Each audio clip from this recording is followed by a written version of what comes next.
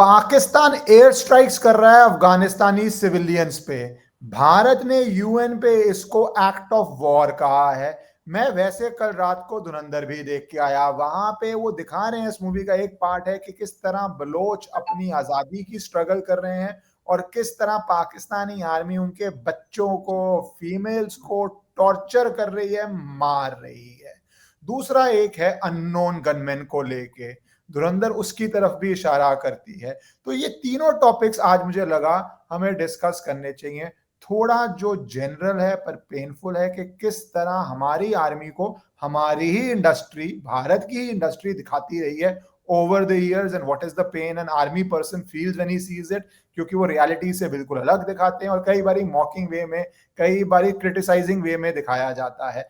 दूसरा कि अफगानिस्तान पाकिस्तान बॉर्डर में क्या चल रहा है। तो ये सब डिस्कस करने के लिए हमारे साथ आज हैं colonel Mayank Choubey ji. So thank you sir for joining.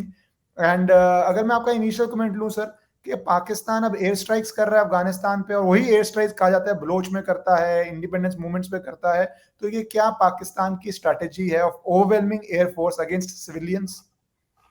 Thank you Ishkaran, invite करने के लिए अपने चैनल पर। It's a pleasure to speak with you. रही बात एयर स्ट्राइक्स बाय पाकिस्तान, देखिए पाकिस्तान की किसी भी ट्रेंड आर्मी से लड़ने की हिम्मत नहीं है। तो क्या होता है कि अपनी जो मर्दानगी है सो कॉल्ड, वो दिखाता है सिविलियंस के ऊपर, निहत्ती जनता के ऊपर, अपने ही सिविलियंस के ऊपर, बलोच के ऊपर, पश्तूनों के ऊपर और सरहद पार अफगान्स के ऊपर। अफगानिस्तान पे भी उसने मिलिट्री टारगेट को एक्वायर नहीं किया, जाके सिविलियंस पे हमला किया, उसने क्रिकेटर्स को मारा है। तो पाकिस्तान की एयरफोर्स की जितनी तारीफ की जाए उतनी कम है, क्योंकि इनकी हिम्मत नहीं होती कि भारत से पंगा ले ले तो जाके ये सिविलियंस को जाके मार के आ जाते हैं। अभी आपने एक और न्यूज सुनी होगी, ये मेरे ख्याल से 20 नवंबर की बात है, जब इन्होंने अपने Chinese made glide bombs use किए थे खैबर पख्तूनख्वा में, और वहां पर करीब 32 सिविलियंस जो थे अपने जान से हाथ धो बैठे थे।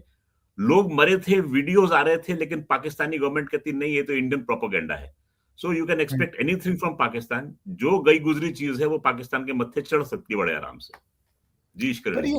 स्ट्रैटेजी अगेंस्ट सिविलियंस, जैसे भारत में आतंकी हमला करना, क्योंकि आप मिलिट्री नहीं यूज कर सकते, एक तरह से मिलिट्री का आपका एक्सटेंडेड आर्म ही है, आपका जो टेरर है, it is I think another column of your military strategy, versus officially military use करना, प्लेन्स यूज करना अफगानिस्तान में या पाकिस्तान के कई हिस्सों के अंदर।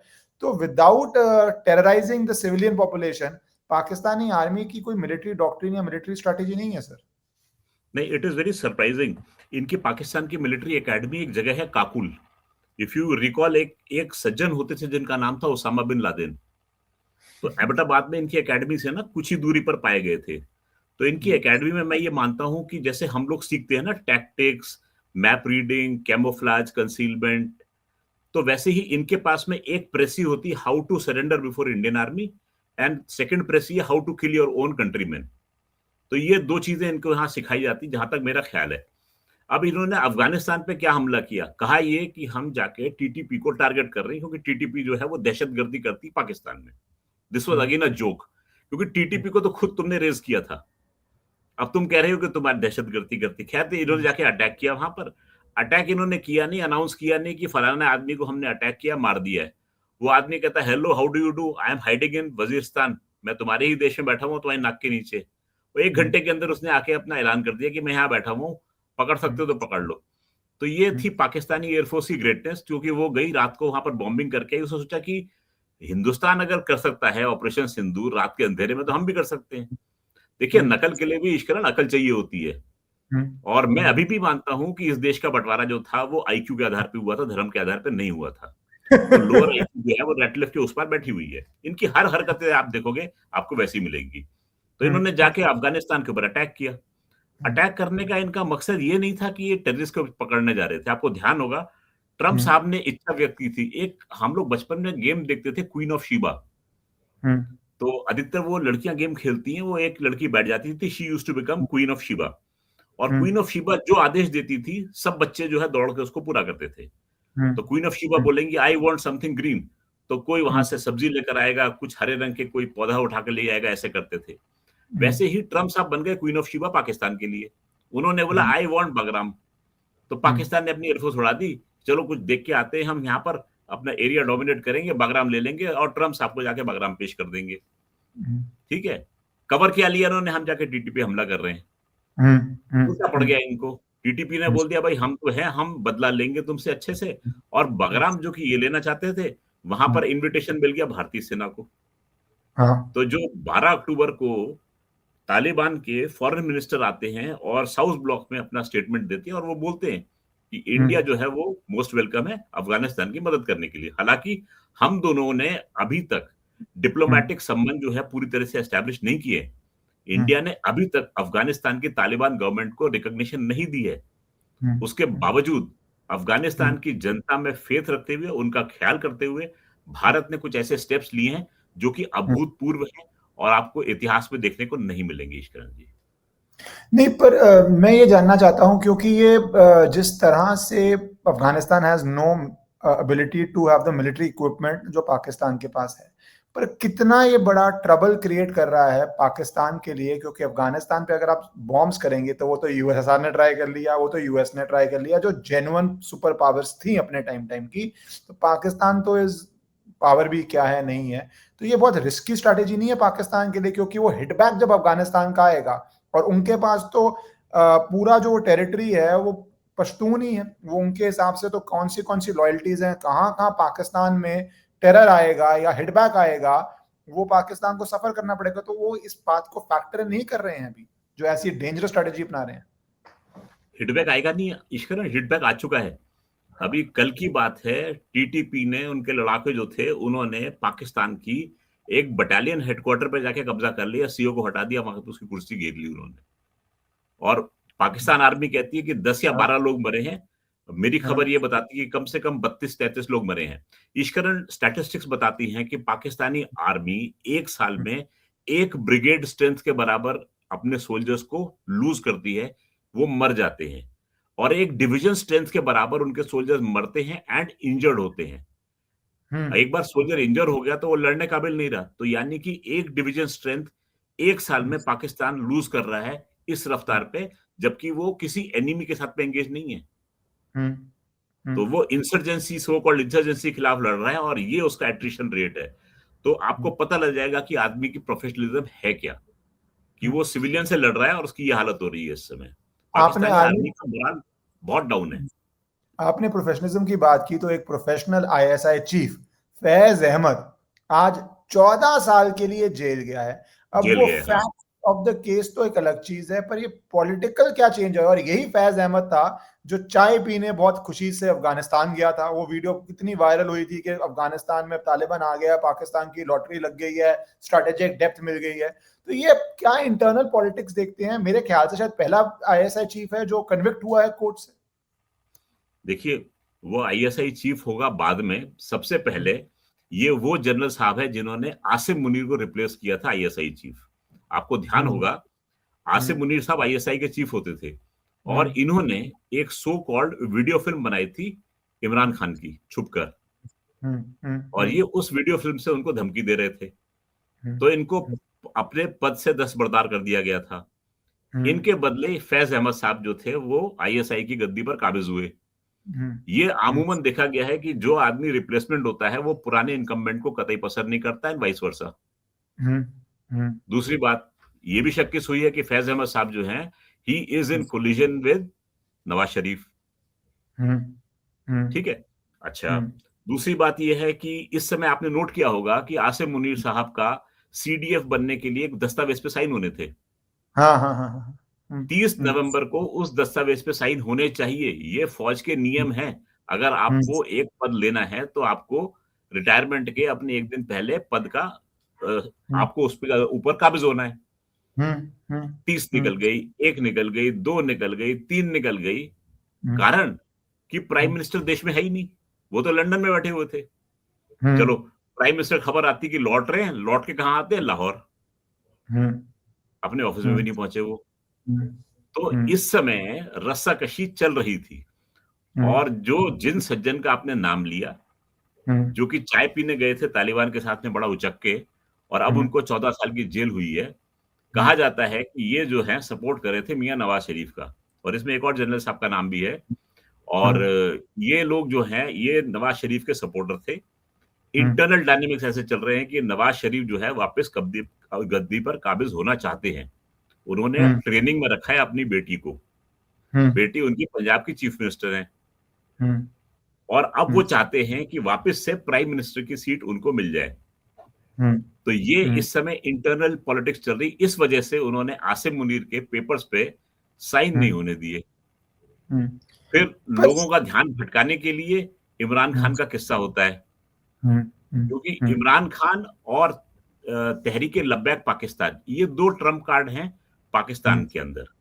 आपको ध्यान होगा कि जैसे ही इमरान खान के अगेंस्ट में एक खबर आई थी कि इमरान खान को टॉर्चर किया गया या कुछ किया गया है, पाकिस्तान की एक यूट्यूबर ने खबर उछाली कि दाऊद इब्राहिम को जहर दे दिया गया है। याद आया आपको?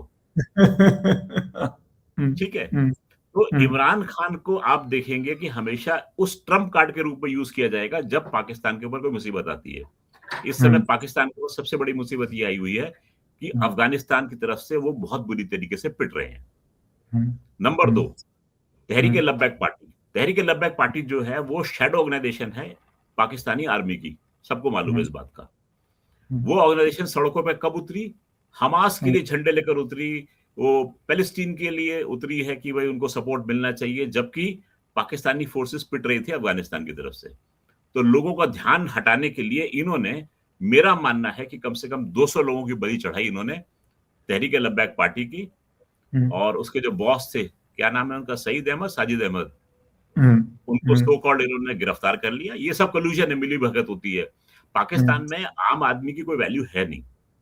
200 आदमी मरना आम बात है, तो इन्होंने 200 आदमी मारे। वहां पर लोगों का थोड़ा बहुत ध्यान गया होगा इधर, एक बंदे को अरेस्ट कर लिया और फिर हस्बे मामूल चीज चल रही है।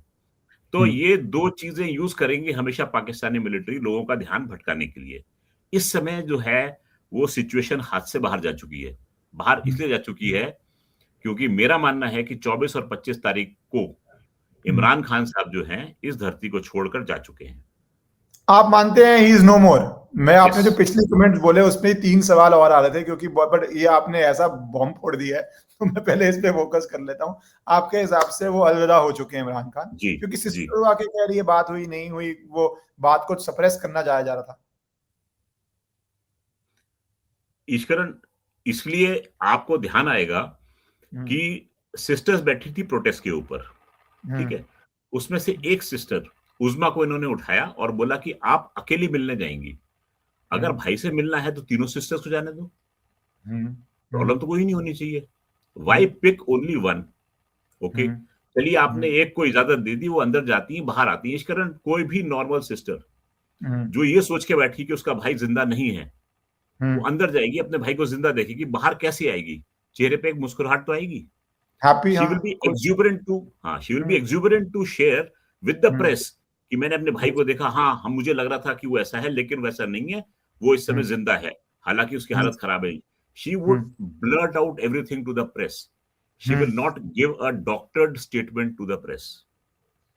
ये मुझे देखने को लगा कि उज़्मा ने जो स्टेटमेंट दिया that was a doctored statement. तो भी फिलहाल इसको जानने की कोशिश कर रहे हैं कि आखिर इन लोगों में डील क्या हुई है, ठीक है। ऐसा नहीं है कि उसको डराया धमकाया गया है। I am very sure there has been some deal, and वो डील होने के बाद में वो बाहर आई है। उन्होंने स्टेटमेंट दिया है कि he is still alive.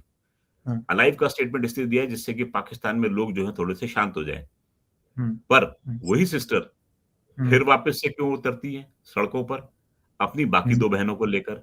Adiala road के ऊपर जाके बैठती हैं, वाटर कैनन्स रात के 2 बजे फायर होती हैं, ये लेडीज थोड़ी सी हर्ट होती हैं और फिर पाकिस्तान में नया बवाल शुरू हो जाता है। अचानक क्या हो गया कि 3 दिन के बाद में आप फिर वापस पहुंच गए वहां पर? क्या ब्रेन वेव आई आपको? और फिर आपका ये स्टेटमेंट देना कि पीटीआई के जो लोग इस समय हमारे साथ नहीं है उनकी असलियत पता लग जाएगी और ये और वो।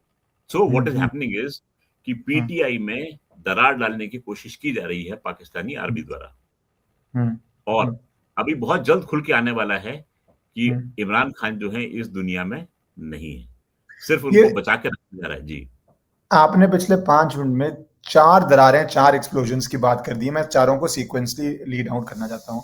पहली, अगर एक आईएसआई चीफ कन्विक्ट होता है, जो मेरे ख्याल से सेकंड मोस्ट इंपॉर्टेंट पोस्ट होगी पाकिस्तानी आर्मी के अंदर, उसके अंदर एक उसके भी लॉयलिस्ट होंगे, उसके भी मेंटर्स होंगे जिसने उसको यहाँ तक पहुंचाया, divorce from the politics of it, किसको सपोर्ट कर रहा है। तो आर्मी के अंदर कितना बड़ा स्प्लिट या एक्सप्लोजन हो रहा है, उसके अंदर बहुत लोगों को आसिम मुनीर की पावर ग्रैब पसंद नहीं आ रही होगी, और पाकिस्तान ऐसा स्थिर तो है नहीं कि कोई डिक्टेटर बन गया है तो वो सब कुछ उसने काबू कर लिया है। Too many players and too many factors are there, including international factors. तो आर्मी की क्या हालत होगी इस समय जब वो देख रहे हैं कि इतना शक्तिशाली आदमी पहली बारी कन्विक्ट हो सकता है, तो आपने बाकी लोगों के कन्विक्शन के वास्ते भी खोल दिए, क्योंकि इससे पहले तो आर्मी एक इंस्टीट्यूशनल व्यू लेता था कि भैया हमारा कोई टॉप वाला कन्विक्ट होगा तो वो एक बैड प्रेसिडेंट है जो कोई भी इंस्टीट्यूशन लेता है। यहाँ तो इंस्टीट्यूशन ही इंस्टीट्यूशन को खा रहा है, तो that's a civil war within army, जिस तरह मैं समझ रहा हूँ। ईश्वरन, पाकिस्तानी आर्मी में ना दो धड़े हैं, एक कहलाता है मुल्ला जनरल का, एक कहलाता है विस्की जनरल का।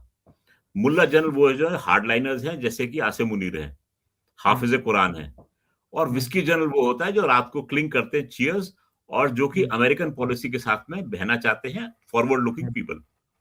अब इस समय आसिम मुनीर जो है वो 5 साल के लिए कुर्सी पर काबिज हो गए। He has not left vacated the chair of the chief of the army staff. यानी पिछले 5 साल में जितने लोग आएंगे वो रिटायर हो जाएंगे, लेकिन आगे नहीं बढ़ पाएंगे। तो इस चक्कर में कम से कम 5 जनरल तो डिसकंटेंटेड हो गए होंगे। जो इतनी मेहनत करके आगे आया है उसको मौका नहीं मिल रहा है, तो वो परेशान तो होगा बेचारा। तो डिसकंटेंटमेंट तो है ही है। नंबर 2, पाकिस्तान के जब कोर कमांडर लाहौर के ऊपर पहले मुजाहरे के टाइम पे उनके घर पे अटैक हुआ था, जब आपको ध्यान होगा वो कोरमा चोरी हुआ था, और कोर कमांडर की पतलून को लेकर टांग के लोग हवा में लेके गए थे। तो वो पहला एग्जाम्पल था जब पाकिस्तान की जनता ने पाकिस्तानी आर्मी के ऊपर सीधा हाथ डाला, and that two of a core commander, and that two of Lahore. Very important post, very powerful position. उस समय ये चीज क्लियर हो गई थी कि पाकिस्तानी तहरीक इंसाफ पार्टी जो है उसकी वजह से आर्मी के अंदर में प्रॉब्लम क्रिएट हो सकती है। फिर पाकिस्तानी आर्मी के सुपीरियर्स ने कई ऑफिसर्स को लेटर लिख के वार्न किया कि आपकी वाइफ्स जो हैं वो टैसिट सपोर्ट दे रही हैं इमरान खान की पीटीआई को, क्योंकि they were all fans of Imran Khan. तो पाकिस्तानी आर्मी, देखिए सीधी सी बात है इश्करन, हस्बैंड जो करेगा ना वो बीवी के सुन के करेगा, एंड पाकिस्तानी आर्मी का जनरल इज नो लेस, उसको अपनी बीवी की सुननी पड़ेगी। उसकी बीवी अगर सपोर्ट कर रही है इमरान खान को और बोलेगी कि please go slow on Imran, तो he has to go slow on Imran. अब चाहे उसको chief of the army staff चिट्ठी लिख के दे दे। चिट्ठी से एक और चीज मुझे याद आई, एक बटालियन है पाकिस्तान की 21 आजाद कश्मीर बटालियन। आजाद कश्मीर तो एक फिक्टिशियस चीज है वो, पर उन्होंने बटालियन का नाम रखा हुआ है। ये बटालियन जो है वो एलओसी पर डिप्लॉयड है। इसके एडजुटेंट साहब ने एक चिट्ठी लिखी है। चिट्ठी किसको लिखी है? एक गांव के मौलाना को, कि आप मस्जिद से अनाउंस कीजिए कि फलाना जवान जो है वो हिंदू आर्मी से डर के मारे वापस भाग के आ गया है, उसको 2 साल से वो गायब है, उसको वापस अपनी यूनिट में भेजा जाए। ये चिट्ठी जो है, अगर आप चाहेंगे तो मैं आपको आपके इसके डीएम कर दूंगा, या आपको मैं इसको भेज दूंगा आपके पास में। नहीं सर, आप उर्दू में लिखी चिट्ठी है, बाकायदा signed and stamp 21 Azad Kashmir battalion के एडजुटेंट की साइन की हुई चिट्ठी है वो। तो वो अवेलेबल है। तो भाई इस समय हालात ऐसे हैं कि पाकिस्तान की फौज के जवान जो हैं वो डेजर्ट कर रहे हैं, इसको डेजर्शन बोलते हैं फौजी भाषा में, छोड़ के भाग रहे हैं पोस्ट को अपनी।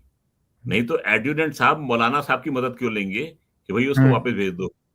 And he has clearly said कि वो हिंदू आर्मी से डर के मारे भागा है। जी इश्करण जी, आपने पहले पार्ट में बोला कि एक बटालियन स्ट्रेंथ या डिवीजन स्ट्रेंथ इंजर्ड और डेड हो रही है। अब वो बलूचिस्तान में लड़े, वो अफगानिस्तान में लड़े, वो हिंदू आर्मी से लड़े, कहाँ लड़े, और end of the day foot soldier की सैलरी तो वो बेसिक सैलरी ही है, कोई ऐसा तो है नहीं उसको तो कॉर्नर का प्लॉट मिल नहीं रहा। वो तो बेचारा फुट सोल्जर है, उसको तो बस तनख्वाह मिल रही है। अब तनख्वाह मिलके वो ड्राइवरी करनी बेटर है रादर देन गोलियां खानी, तो ऑब्वियसली क्या ही मनोबल होगा उसका। और स्पेशली जब वो आईएसआई चीफ की भी कन्विक्शन देख रहे हैं, तो ये तो आप एक for the first time ever, जैसे कोर कमांडर के घर घुस गए, आईएसआई चीफ कन्विक्ट हो गया, तो ये क्या फर्स्ट टाइम एवर जो पाकिस्तानी आर्मी कहा जाता है एक अच्छी आर्मी होती थी एक जमाने में, वो इम्प्लोड कर रही है। It is no longer a fighting unit. एक और एग्जांपल मैं देना चाहूंगा इश्करण आपके चैनल के ऊपर। हम्म वर्ल्ड की हिस्ट्री में हम्म केवल एक ऑफिसर ऐसा है और वो इंडियन आर्मी का ब्रिगेडियर बाजवा है, हम्म जिसने दो अलग अलग आर्मीज के जवानों के लिए साइटेशन लिखा और दोनों को अपने अपने देश का हाईएस्ट मिलिट्री ऑनर मिला है। अच्छा। ब्रिगेडियर बाजवा जो है वो ब्रिगेड कमांडर होते थे कारगिल एरिया में, जी। और पाकिस्तानी आर्मी की नॉर्दर्न लाइट इन्फेंट्री का एक ऑफिसर था कैप्टन हम्म करनैल शेर खान। उसका नाम करनैल शेर खान इसलिए था क्योंकि वो फौज में जाना चाहता था, तो गांव में बच्चों को ना करनैल सिंह नाम रख देते, करनैल करनैल। तो पंजाब हिज साइड नेम बहुत वाज, कॉमन है। हाँ, तो captain Karnail Sher Khan was manning a MMG post in Kargil sector, hmm और वो बड़ी बहादुरी से लड़ा, उसको हम्म ओवर पार किया और वो मार दिया गया। हम्म मरने के बाद में पाकिस्तान ने बड़ी मुश्किल से उसकी डेड बॉडी लेने को एक्सेप्ट किया। हम्म ब्रिगेडियर बाजवा ने अपने हाथ से एक नोट लिख के भेजा, लिखा हम्म कि this officer has fought very valiantly and he should be awarded for his bravery, और वो हम्म उसकी पॉकेट में वो नोट डाल दिया। ये हम्म बॉडी जाती है पाकिस्तान, पाकिस्तान में नेचुरली वो तलाशी लेते, चेक करते, they found a handwritten note by a hmm brigadier of the Indian army. अब दुश्मन अगर आपकी तारीफ कर रहा है, इसका मतलब कि आपने जरूर कोई खास चीज है। हम्म तो उसकी उसकी ब्रेवरी को ध्यान में रखते हुए इन्होंने अपने पाकिस्तान का highest military honour, I think वो हम्म निशाने हैदर है या निशाने पाक जो भी है, वो हम्म उसको दे दिया। हम्म ब्रिगेडियर बाजवा ने जोगिंदर सिंह का भी साइटेशन लिखा, उसको परमवीर चक्र मिला इंडिया में। इसके हम्म ऊपर मैंने ट्वीट भी लिखा है कि एक ऑफिसर दो अलग अलग हम्म आर्मीज के बंदों को रिकमेंड करता है और दोनों को हाईएस्ट मिलिट्री ऑनर मिलता है। ये हम्म है इंडियन आर्मी। हम्म दुश्मन ने ब्रेवरी दिखाई तो भी उसको उसने अवार्ड करने के लिए लिखा, हालांकि वो उसको मार रहा था, लेकिन फिर भी। हम्म अब ये है इथोस हमारी सेना का। अब उस समय इसकी जो कब्र बनी है पाकिस्तान में, भाई, हाईएस्ट मिलिट्री ऑनर वाले की कब्र जो है, it's a very important place. जब हम्म ये मुजाहरा होता है पाकिस्तानी तहरीक इंसाफ का, तो इन्होंने इसकी कब्र को भी तोड़ दिया। तो सिग्नल ये है कि भैया तुम चाहे जो भी हो, अगर तुमने आर्मी से संबंध रखा है तो हम तुम्हारे दुश्मन हैं। दूसरा था इनकी लाल मस्जिद में इनके मौलाना साहब जो हैं वो बैठ के तकरीर करते हैं और कहते हैं बताइए पाक फौज के साथ में कौन कौन है। इस कारण उस मस्जिद में एक बंदे का हाथ खड़ा नहीं हुआ। वीडियो अवेलेबल है इंटरनेट के ऊपर, आप देखना चाहें देख सकते हैं। तो सर ये तो तो पहली बार ही एक बेसिकली तो दे आर एक बड़ी डेंजरस सवारी कर रही है पाकिस्तानी आर्मी, जहां अपने आप से भी लड़ रही है वो, और नेताओं से तो जो मैंने अपना चार चीजें करी, मैं तो अपने आप के लड़ने पे ही थोड़ा क्योंकि कोई भी आर्मी जिसमें इतनी लड़ाई हो जाए आपस में और जनरल पॉपुलेशन आपके अगेंस्ट हो जाए, आपका घर स्ट्रॉन्ग करने को बैठ जाए, आपको आपकी स्टैचूज तोड़ने बैठ जाए, आपकी जो रेस्टिंग प्लेस है फाइनल उसको तोड़ने बैठ जाए, तो आपकी sustainability without support of local population है ही नहीं, कितनी देर हो जाएगी। आपके पास में सपोर्ट के लिए एक और यूनिफॉर्म सर्विस है, वो है पाकिस्तान की पुलिस। पाकिस्तान की पुलिस जो है इस समय मॉक कर रही है पाकिस्तानी आर्मी को कि तुम हमें रॉब मत दिखाओ, तुम तो टीटीपी से पिट के आ रहे हो। ये वीडियो भी अवेलेबल है।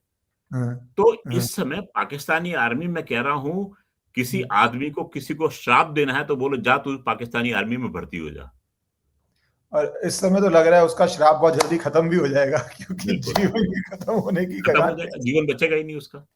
मैं इसके दूसरे एंगल पे आना चाहता हूँ पाकिस्तानी आर्मी से। आपने कहा कि अब ये नवाज शरीफ को कोई सपोर्ट कर रहा है, इमरान खान के सपोर्टर्स कहाँ पे है, बेटी पंजाब में है, भाई है, तो एक पॉलिटिकल एक्सप्लोजन भी होने जा रहा है, क्योंकि दूसरी तरफ जो पॉलिटिकल पार्टीज हैं वो तो हैं ही है, जरदारी हो या जो भी हो, और इमरान खान कोई डिसअपेयर नहीं कर रहा है। अगर खत्म हो गया तो एक उबाल आएगा, उसका उबाल में क्या निकलता है result, difficult to predict right now. तो while there is a civilian collapse, एक पॉलिटिकल कोलैप्स जो भी है वो भी आपको दिख रहा है इंटरनल फैमिली फाइट के दौरान। इससे ज्यादा कुछ होने वाला है इसमें ईश्वरन। प्रॉब्लम ये हो रही है कि पाकिस्तान की खास चीज है कि हर आदमी जो है अपना घर भर रहा है। इंटरेस्टिंगली 11.6 बिलियन डॉलर जो थे, आईएमएफ ने लोन देने की बात कही थी पाकिस्तान को। This loan was supposed to be disbursed in 4 tranches. कहीं से आईएमएफ को खबर लग गई कि कुछ गड़बड़ हो रहा है, तो वो पहुंच गए पाकिस्तान में इसको इन्वेस्टिगेट करने के लिए। 2 हफ्ते टीम वहां रही। उन्होंने पता है क्या निकाला? 11.6 बिलियन डॉलर जो कि प्लेज किया गया है, उसमें से 11 billion dollar has already been reappropriated by the people. 0.6 billion dollars was available for development. जब उन्होंने हम्म, ये काम किया तब इनकी आंखें हम्म, खुली, तो फिर थोड़ा इन्होंने अपना पैसा दाएं बाएं स्विंडल किया और हम्म, बचाया। तो this is Pakistan for you. Hmm, अब हम्म, उसको $1.5 बिलियन की एक ट्रांच जो है अभी रिलीज की गई है। हम्म, तो हम्म, एक मीम बन के आया है उसके ऊपर कि हम्म, नवाज शरीफ जो है वो इंटरनेशनल कोर्ट ऑफ जस्टिस में जा रहे हैं, ये हम्म, कहने के लिए कि भारत जो है वो धुरंधर फिल्म बना रहा है, और हम्म, धुरंधर फिल्म में तो हमारे पास में तो खाली एक वो 70 सीसी की मोटरसाइकिल है हमारे पास में। ये हाँ, दिखा रहे हैं हम लाखों की मोटरसाइकिल चला रहे हैं। हमारे पास मॉल हैं, बड़ी-बड़ी स्ट्रीट्स हैं। हाँ, इंडिया दिखा रहा है दुनिया को कि हम बहुत रिच हैं, हाँ। जिससे कि हमें और लोन ना मिल सके। इसलिए आप इनकी पिक्चर के बस में मत आइएगा, हमें लोन दीजिएगा। ये ये मीम जो है कहा चल ये कहा जाता है 80s में चाइना ने ट्राई किया था, जब इंडिया चाइना का उसमें 70s में, आई थिंक 80s 70s में ट्राई किया था। तो बट हो सकता है, क्योंकि मैंने जैसे बोला मूवी देखी तो जो नॉर्मल पार्ट है वो तो एब्सोल्युटली वो टूटी फूटी लाइटें वाला हाल है, पर बीच में कुछ बहुत fancy areas with parties and वो भी दिखाया गया है।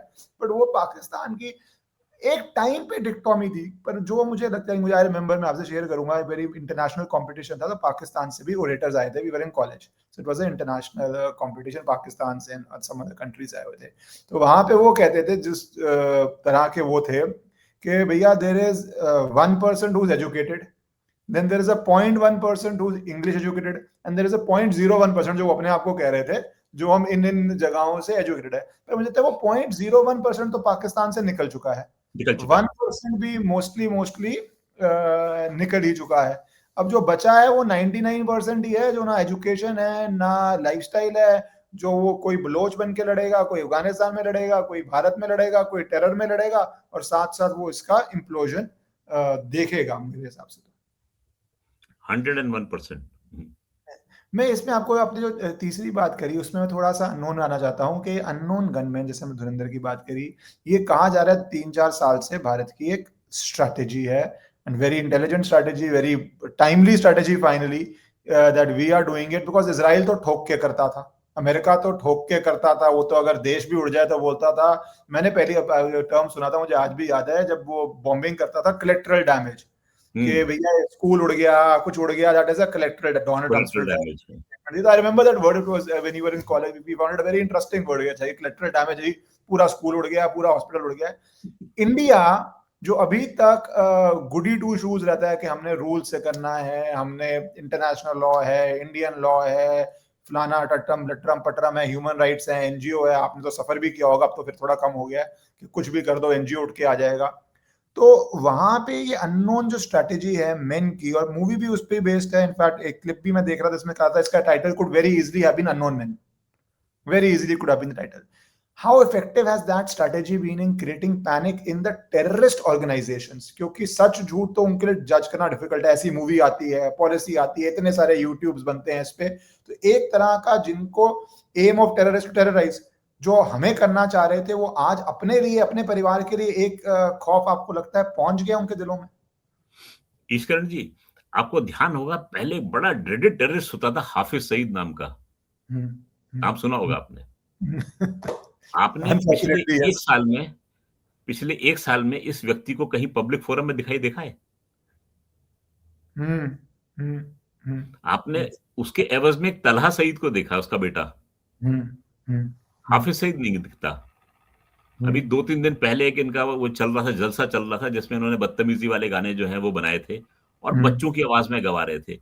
मतलब हम्म, कोई आदमी कितना नीचे गिर सकता है वो किसी पाकिस्तानी से पूछ लो, वो इसका जवाब दे देगा आपको। हम्म, तो बच्चे गा रहे थे कि बम्बई करने में तो हमने देर की और गंगा हम्म, जमुना में खून बहेगा, और इस तरीके के गाने बच्चों की हम्म, आवाज में गाए जा रहे थे। हम्म, और उस जलसे में कयादत कर रहे थे तलहा सईद एंड हम्म, सैफुल्लाह कसूरी। हम्म, सैफुल्लाह कसूरी जो है एलईटी का वो है, अब मेरे मुंह से गुंडा ही निकलता है क्योंकि आतंकवादी तो खैर है नहीं वो। हम्म, तो उसने ये 22 अप्रैल का जो पहलगाम वाली घटना हुई थी, इसी को उसने प्लान किया था, वो इसका मास्टरमाइंड था। तो वो ये स्टेज जो है वो शेयर कर रहे थे। हम्म, जो आपने क्वेश्चन पूछा, दहशत, हम्म, दहशत कैसे होती है कि जब हम्म, आपका जो सरगना है ना, वो बाहर हम्म, निकलना बंद कर दे डर के मारे। हम्म, हम्म, तो अब मुझको कहने से कोई रोक नहीं सकता कि वो जिंदा है कि नहीं, ये चला गया, या जब हमने एयर स्ट्राइक की थी उसी में उड़ा दिया उसको। हम्म, लेकिन डर है, और ये डर अच्छा भी है। हम्म, इन्होंने अपने जितने भी वो थे ट्रेनिंग सेंटर्स जो थे, पीओजेके से हटाकर केपीके में शिफ्ट करने की कोशिश की, लीस्ट रियलाइजिंग कि भाई हमारी मिसाइल जो है वो हवा में उड़ते हुए एवैक्स को 314 किलोमीटर पे पकड़ सकती है। तो तुम इतनी डेप्थ तुम्हारे पास में नहीं है। अब तो ईश्वर के पास है, हम ब्रह्मोस 2 जो है, जो कि 1500 किलोमीटर का रेंज है, उस पे स्टेप कर रहे हैं। तो परेशानी पाकिस्तान के लिए दिन दूनी रात चौगनी बढ़ रही है। आज सुबह 4 बजे नो टाइम इश्यू हुआ था बे ऑफ बंगाल के लिए, प्रोबेबल मिसाइल टेस्ट। पूरी पट्टी जो थी, जो कि उड़ीसा कोस्ट से लेकर चेन्नई, मद्रास बोल रहा हूं, तमिलनाडु कोस्ट तक पूरी की पूरी पट्टी NOTAM issued. That was a missile का टेस्टिंग। तो पाकिस्तान के लिए इस समय दिन बहुत खराब है, और मेरा मानना ये है कि इस समय इंडिया जो है वो वेट एंड वॉच की पॉलिसी खेल रहा है। पाकिस्तान जो है वो किसी भी स्टेज पर आके परेशान होकर अपने ट्रिगर पे उंगली जरूर दबाएगा, ये आप मान के चलिए। ट्रिगर पे उंगली का मतलब हो गया भारत पे हमला करने का, मिसएडवेंचर करने की कोशिश करेगा टू 101%। बट क्या वो स्ट्रेंथ है, वो फाइनेंशियल रिसोर्सेज हैं? Because war is a very expensive business, one of the probably the most expensive business for a nation to fight is a war. तो क्या उसके पास ये वेयरविदऑल रिसोर्सेज हैं कि वो एक प्रॉपर जंग लड़ सकता है? क्योंकि अमेरिका की बोलने की बात अलग है, वो सुबह क्या करता है, शाम को क्या करता है, रात को क्या करता है, उसको खुद नहीं पता कि क्या। Do you think they have the resources to fight? देखिए, पाकिस्तान की आर्मी की डॉक्ट्रिन है कि they have to sustain in a war for 10 days. 10 दिन के अंदर जो है कोई ना कोई आके बीच बचाव करा लेगा।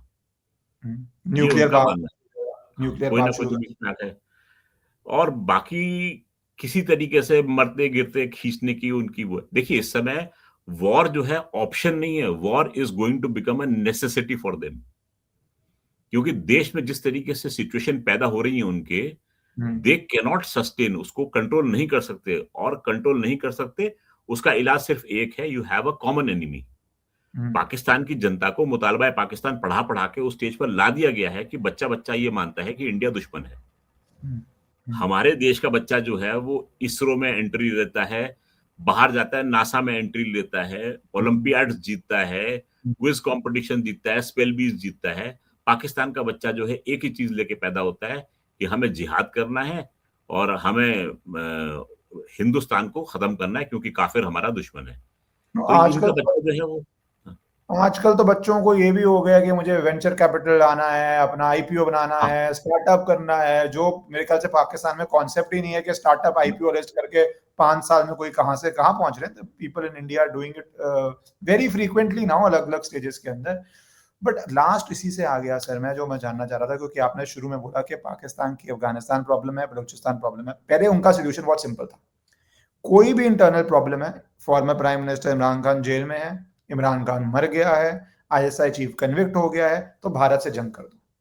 बट क्या अब के में, जहां पे उसको अफगानिस्तान से भी जंग करनी है, बलोच से भी जंग करनी है, जहां पे उसको पूरा वो बेल्ट है उसमें भी लड़ना है, क्या अब उसके पास ये वायबल ऑप्शन बचा है कि सिर्फ Bharat is a get out of jail card? क्योंकि it could also be for the first time in its history कि Baloch feel this is the best time for our independence, Afghanistan feels it's the best time to reset the Durand line. और इतने पाकिस्तान में, पाकिस्तान के idea के लॉयलिस्ट्स भी हैं जो चाहेंगे कि ये ना हो।